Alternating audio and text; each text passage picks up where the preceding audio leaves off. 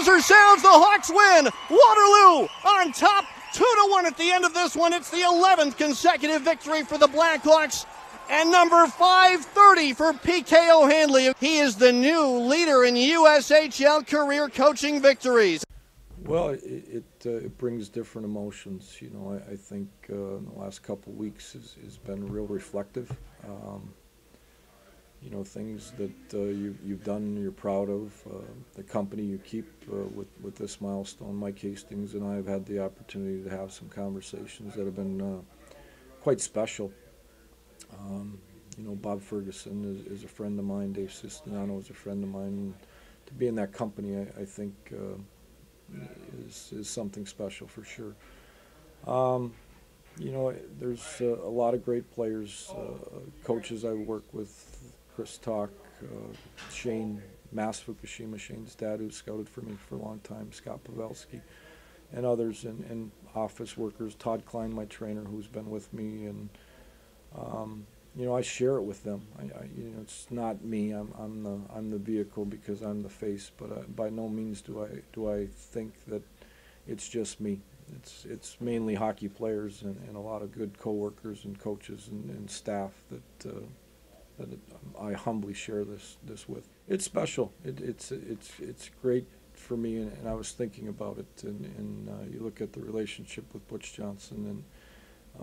It's been a long one, and you know, I can't thank him enough for the opportunities. But the fact to do it here, as most people know, I have a real fondness for this community. Maria, my wife, and I are in love with this place, and it's because of the people, it's because of the co-workers, it's because of the players that have believed, and it's about the fans here. This is a very unique hockey market. It's a very unique building. It's special in a lot of ways, and to do most of it here, I couldn't be prouder and more humbled by the opportunity for sure. Well, you know, I think the North Iowa piece and how all that transpired with it owned by youth hockey, not having the money, finding Butch to buy it, his patience and rebuilding and surviving a 5-win season and building that program and some great players there. Mike Grusinski was a guy that started at Matt Noga. Greg Nemenko, those guys helped me on my way. They believed in what we were doing and going to a last place team in Mason City and turning it around. You know, the championship games, I think the daily competition, honestly.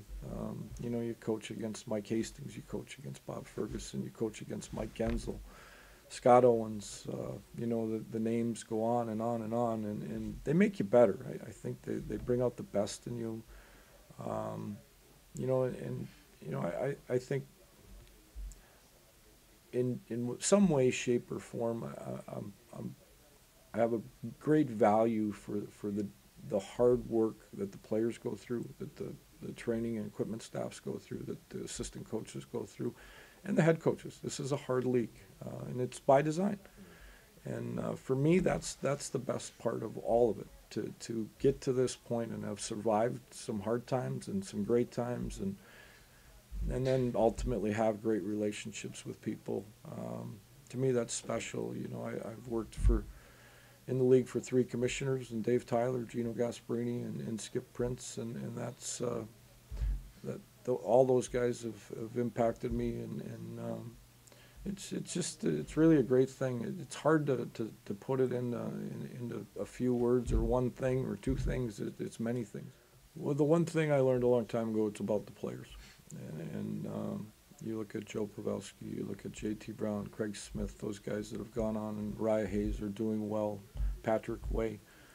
You look at a guy like C.J. Mott, who is doing extremely well, and the names can go on and on. We could sit here for 2 hours. But I think when players believe in you, and I think the best thing I can say about this program and what we have here from a staff perspective, from an organizational perspective, is the players that have left, whether they're playing college hockey or pro hockey or they're out of hockey, I think they value and sell our program. You know, when I hear from a former player that lives in California that, hey, I got this guy out here, you need to see him. Hey, is there anything you need? You know, can we make it better for the guys that from before? You know, Joe Pavelski buying dinners for our playoff teams and other times. And you know, that's special because I think it shows that those guys believed in what they did here, and I think they saw value in it. And from a coach's perspective, I think your players are smart, and players at this level are smart, and they know when something's done right and something isn't. And those types of guys that we've had come through here have made sure that they tried to do it right, and that to me is important. It was unbelievable. You know, and tears were flowing, and still do. It was one of the nicest things I've ever been a part of. You know, you see their faces. I couldn't hear it. I obviously have seen it since, and it was pretty moving. And to have Maria there, and Zane, our son, and grandchildren, and my grandfather who's still alive. And wish my mother could have been here. She's had an impact on my career and my life. And it was, you know, brings everything full circle. And I'd like to think I've made a difference, and maybe that validated it a little bit, and it was good. Maria's my rock. You know, I think whenever you have a partner, it's a partnership, and she's as much of a part of this as, and probably the biggest part. You know, she's the balance, she's the rock, and a friend of mine, Troy Ward, close friend, he sent a text that it's as much about her, she's your rock, and he's right.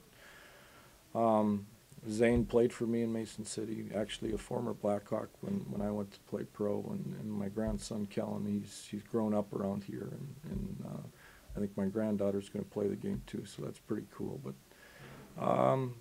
you know, it's neat. We're a hockey family. I think it all ties together, and it's been a lot of fun. My family and you know, my wife's family has become family. It's special, and gives real meaning, I think. You know, and I can't thank Maria enough. It can be a hard life for somebody to deal with the highs and lows, because there's a lot of them, and we've had them. And but she's been there all the way, and you know, she's coached kids on the side and helped along that path, and it's pretty neat. You know, a kid that lived with us, and Scott Pavelski, is now an assistant coach, played here and lived in our house as a billet. So, you know, that's the kind of things that are funny and we have good laughs about. But one word: special, really special. Honored, lucky. Really lucky to have the family I have. You know what? I enjoy this. I enjoy you know, some days are better than others as you go through it, but I enjoy the end result, the putting together the pieces with other people, and I don't know if there's 530 more, but you know, I don't have any intention of not being the Waterloo Black Hawks coach, and I've said it publicly, and we laugh internally, but somebody's going to have to kick me out before and I'll go kicking and screaming. But yeah, it's the daily life in the United States Hockey League. It's not for everybody. It's a hard job, but I enjoy it. It's who I am, and I'm pretty comfortable with that, and I'll go as long as they let me. It's something I tell the players every day. When you play, don't play with regret. Leave it out there. It's part of life. You know, I think yeah, I have many regrets. Things I wish I would have done different. Teams that maybe could have done better. You know, decisions. You know, I think it's easy to second guess. But so yeah, there are some regrets for sure. Wish I could change them, but you just got to move forward and hope.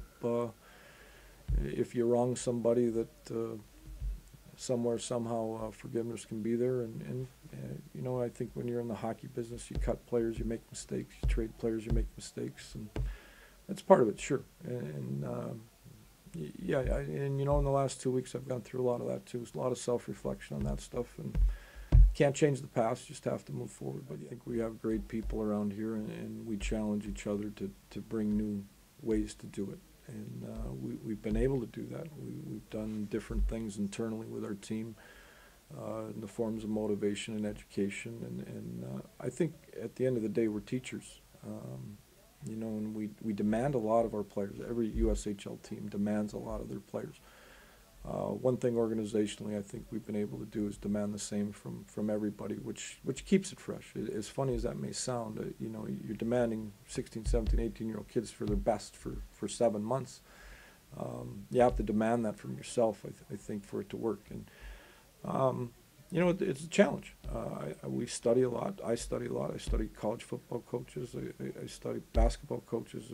Ben Jacobson, the UNI basketball coach, we have lunch 4 or 5 times a year and get a couple rounds of golf in and just pick his brain on different things. You watch the NHL and you know, the shows, the documentary things behind it. You learn some things, and I think that's the way it's been. You know, I've always tried to watch people, talk to people, and different sports and businesses. You know, I've got some great business relationships here that have helped me in my coaching career to keep things fresh and do things differently. So, you know, it's a constant reminder because it could get stale, and at times it has gotten stale, and then you just got to take a step back and hit reset and try something new.